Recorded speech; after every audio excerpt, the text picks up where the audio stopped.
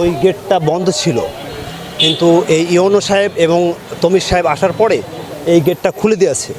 খুলে দেওয়াতে আমাদের জন্য অনেক উপকারিত হয়েছে আমরা। অতএব ইওনো সাহেব এবং এমপি সাহেবকে অর্থাৎ তমির সাহেবকে অনেক অনেক ধন্যবাদ। হ্যাঁ, এটা সাধারণ জনগণের জন্য অনেক উপকার হবে এবং এইটা যেন সবসময় খোলা থাকে। টাইম হলে, যখন রাত্রে হয় তখন টাইম হলে যাতে বন্ধ করে দেয়, তার নির্দিষ্ট টাইম অনুযায়ী খুলে দেয়। এটাই আমাদের তাদের কাছে আবদার বা আবেদন। এই গেট যখন বন্ধ ছিল তখন কি রাস্তায় জ্যামজট বাসছে? অনেক যানজট বাড়তো। এই রোড দিয়ে চলাচলই করা যেত না, কারণ এই রোড দিয়ে অজস্র রিক্সা গাড়ি যাওয়া আসা করে।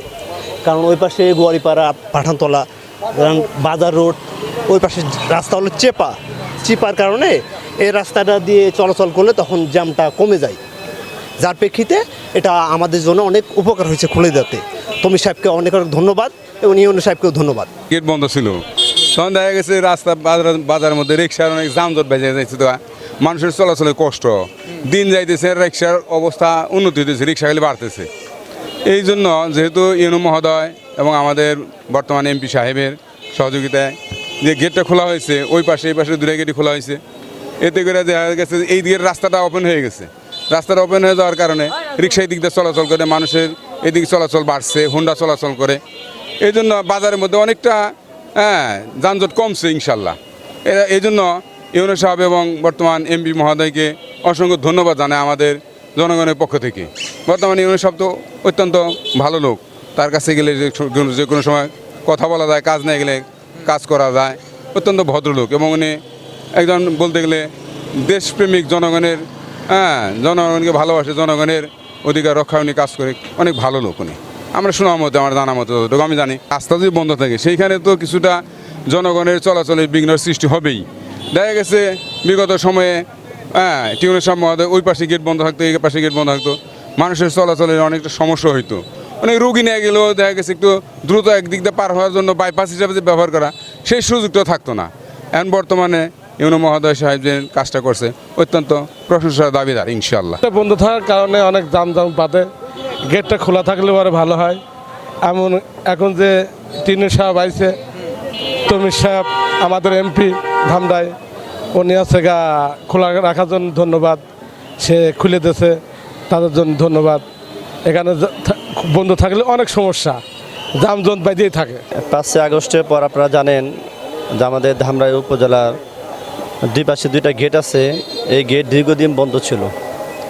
তা মাঝে নেতা আলহাজ তমিজউদ্দিন ভাই, তিনি সংসদ সদস্য হওয়ার পর এই গেটটি খুলে দেওয়া হয়েছে তিনার নির্দেশে, এবং এখানে যে বর্তমান ট্রেনও আছেন তাকে তিনি নির্দেশ দিয়েছেন যে অতি দ্রুত গেটটা খুলে দেওয়া হয়। তো আলহামদুলিল্লাহ তার কথা রেখে এমপি সাহেবের সে কথা রেখে টিউনো সাহেব গেটটি খুলে দিয়েছেন। খুলে দেওয়ার দরুন আমাদের ধামরাইতে প্রচুর পরিমাণ যে রিক্সা, অটো, ভ্যান, গাড়ি, বিভিন্ন মালবাহী ট্রাক চলাচল করেন। তো এই গেটটা খুলে দেওয়ার কারণে আজকে সে যে একটা যানজট লেগেছিল, ওই যানজট থেকে এখন বর্তমানে একটু মুক্ত আছে। তা আলহামদুলিল্লাহ বর্তমানে যানজট নেই বললেই চলে আর কি, এই গেটটা খুলে দেওয়ার কারণে। আমরা চাই সবসময় গেটটা খোলা থাকুক। যদি রাত 10টা বা 11টা পর্যন্ত গেটটা খোলা থাকে, তাহলে আশা করা যায় যে আমাদের ধামরাইতে পরবর্তী যানজট দেখা যাবে না। আমরা যানজট মুক্ত ইনশাল্লাহ আমরা এই ধামরাই বাজারকে দেখতে পাবো। আগের যিনি ছিলেন ইউনো মহোদয়, উনি থাকা অবস্থায় গেট বন্ধ ছিল, উপজেলার গেট। তো এখন আপনি আসার পরে উপজেলার গেট খোলা, সেক্ষেত্রে জনগণের অনেক ভোগান্তি লাঘব হয়েছে। এই ব্যাপারে আপনি যদি একটু বলতেন। ধন্যবাদ। আপনারা হয়তো অবগত আছেন যে আগের ইউনো মহোদয় যখন ছিলেন তখন আসলে একটা নির্বাচনের পরিবেশ ছিল। নির্বাচনের পরিবেশের জন্য সাধারণত উপজেলা পরিষদটা এটা নিরাপত্তার জন্য আসলে এই বাউন্ডারিটা বা দুই পাশে গেটটা বন্ধ রাখা হয়েছিল। তো আমি যখন এসেছি তখন নির্বাচন শেষ হয়ে গেছে, রাজনৈতিক সরকার ক্ষমতায় এসেছে। আর এই গেটটা বন্ধ রাখলে মূলত ধামরাই বাজারের উপরে প্রচুর চাপ পড়ে, মানুষজন প্রচুর পরিমাণে যানজট হয়, রাস্তা যেহেতু ছোটো, প্রচুর অটো চলে।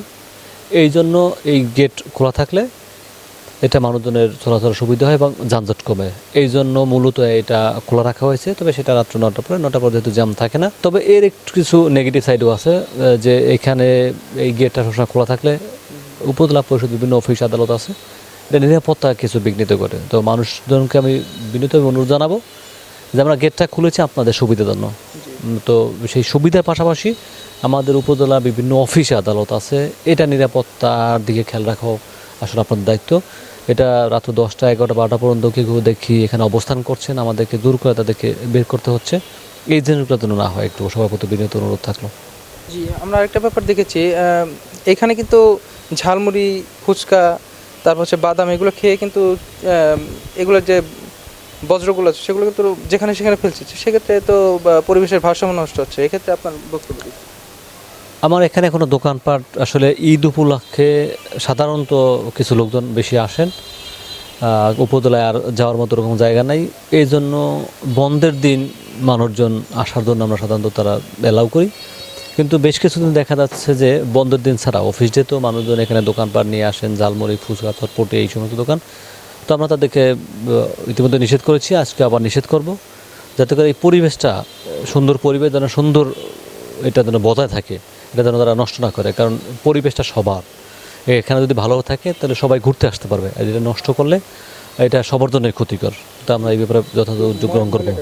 নির্দিষ্ট স্থানে ময়লা ফেলা দেন, আমরা সাধারণত ডাস্টবিন, এই পাশে ডাস্টবিন রাখা আছে, অথবা যে সমস্ত দোকানপাট বসে, খুচরো দোকানপাট, এই সমস্ত দোকান আমরা বলেছি যে আপনার যে ময়লাটা এটা আপনার এক জায়গায় জমা রাখবেন, যাওয়ার সময় এসে আমাদের উপজেলা পরিষদে বা আমাদের গেটে ময়লার জন্য ডাস্টবিন দেওয়া আছে, সেখানে ফেলার অনুরোধ জানাচ্ছি সবাইকে। আমাদের হচ্ছে ঈদের ছুটি ছিল, তাই বন্ধ ছিল, তাই আমাদের পার্কে সবাই উন্মুক্তভাবে ঘোরাফেরা করছে বা দোকানপাট বসছে মেলার মতন। কিন্তু আমাদের দেখা যায় যে দুদিন যাবৎ অফিস খোলা, তাই আমরা এখন আমাদের ইউনো মহোদয় আমাদেরকে নিষেধ করছে, তাই আমরা দোকানপাট না করতেছি যে কালকে থেকে আর দোকান বসবে না। তাই যেহেতু দোকানপাট বসলে আমাদের পরিবেশটাও দূষিত হয় বা ময়লা আবর্জনা পড়ে পুকুর পাড়ে মানুষে হাঁটাচলা করে, হাঁটাচলার একটা বিঘ্নস্ত সৃষ্টি হয়।